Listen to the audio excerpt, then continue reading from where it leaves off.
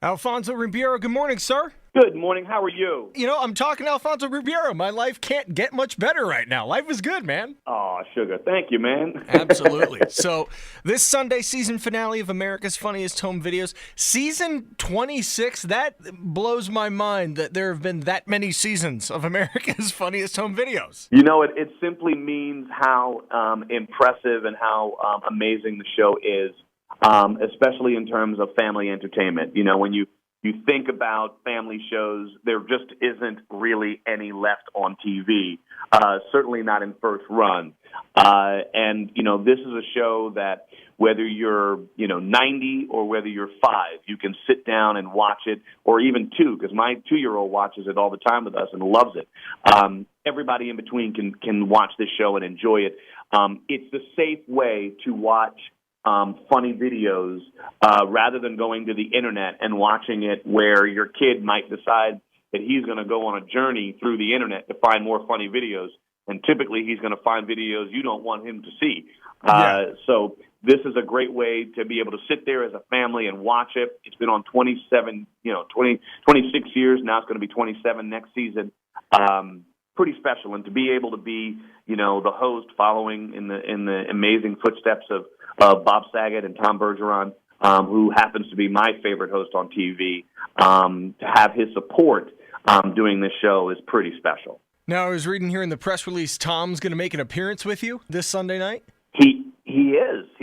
Yes. He's been so supportive of me and the show in this transition that he said he'd love to come back and play the game with me on our finale. And so he lived up to that and said he was going to do it, and now he's done it. And it was really a lot of fun to have him on, and I can't wait for everyone to see Tom Bergeron back on the AFE set. It's pretty cool. Aside from all the hosting of America's Funniest Home Videos, I see you're a busy man. You're playing in the BMW Charity Pro-Am this weekend? Yeah, on the Web.com tour. So when I hang up with you, I'm actually going over to the golf course and getting a good practice session in before we start tomorrow. And, very excited. I've got a pretty good pro that I'm going to be playing with.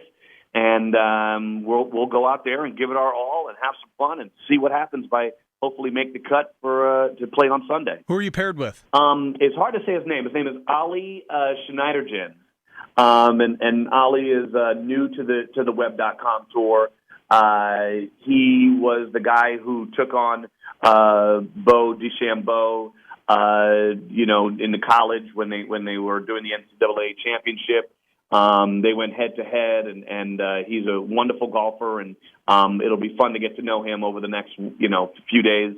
And I think we'll be seeing him out on the PGA Tour in the next couple of years. Now, what kind of golfer are you? Are you a guy who likes to go out and have some fun, or is it business time when you get on the course? I have fun with business time. I am very serious about my golf. I will not lie. I love this game. I am passionate about the game. I am serious about the game. I have been as low as a +2 handicap. Right now, playing just a little bit above scratch, just because I'm working so much, I can't put the practice in.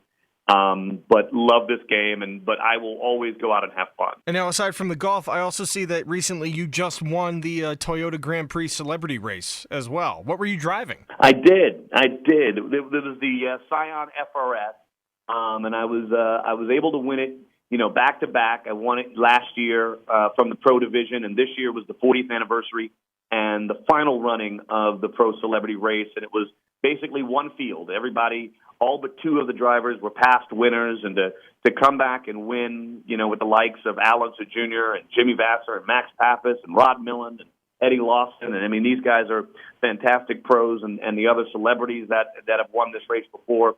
To come out the winner was pretty cool. How'd you get into racing? Just a hobby growing up, or figured why not try it out? Toyota, has been doing this for 40 years, and actually in '88, Ricky Schroeder won the race while I was working on Silver Spoons with him, and they let me kind of go and do practice with them and learn a little bit. And a few years later, they asked me to come back and do the race, and I ended up winning right from there. So then I got heavily involved and did a little bit of pro racing for a few years, and then I had kids and decided, maybe I should focus on work. So I went back to work.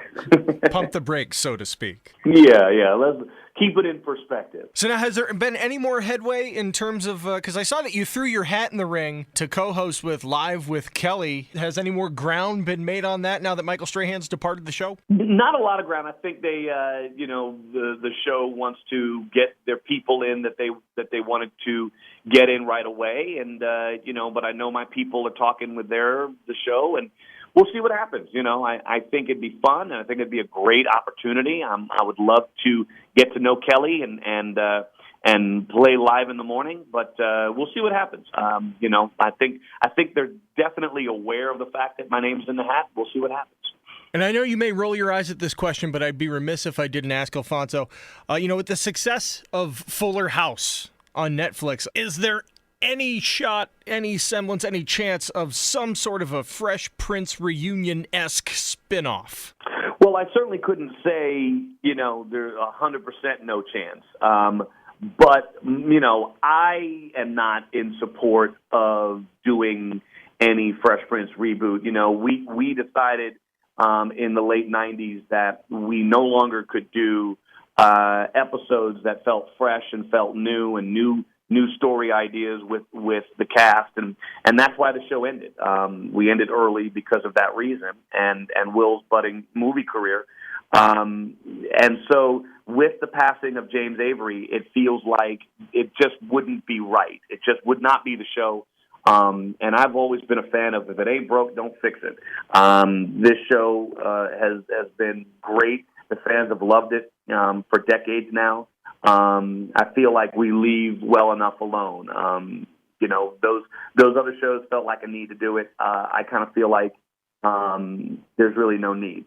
That being said, if somebody came with a concept that felt fresh and new and exciting, I certainly wouldn't automatically look past it. But I just feel like there's enough new ideas out there for us to not have to go back and possibly taint one that worked so well. That's fair. I mean, it would be difficult seeing Carlton, possibly living in the future as maybe a dance instructor or something. You know what I mean? Because you have the moves, you have the skill set for it. But you're right. We should leave it well enough alone, I guess. Well, my thing is that if you want to see that, it's not real. It doesn't have to be Carlton. It could be just another dude doing it.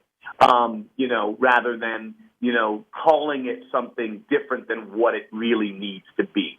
There's no reason for Carlton to have to do it. Why don't you just have a new character do it and call it a different show? I guess. I mean, there's no replacing the Carlton in my mind, but I grew up as a Fresh Prince kid watching it, so for me it always holds that special place. And I appreciate that. Thank you. I appreciate that love. Absolutely. Well, Alfonso Ribeiro, again, this Sunday night season finale of America's Funniest Home Videos. 26 seasons. That's insane. And congratulations, man. And thank you so much for taking the time and calling in today. Thank you, buddy. I appreciate it, man. Have a great day. And I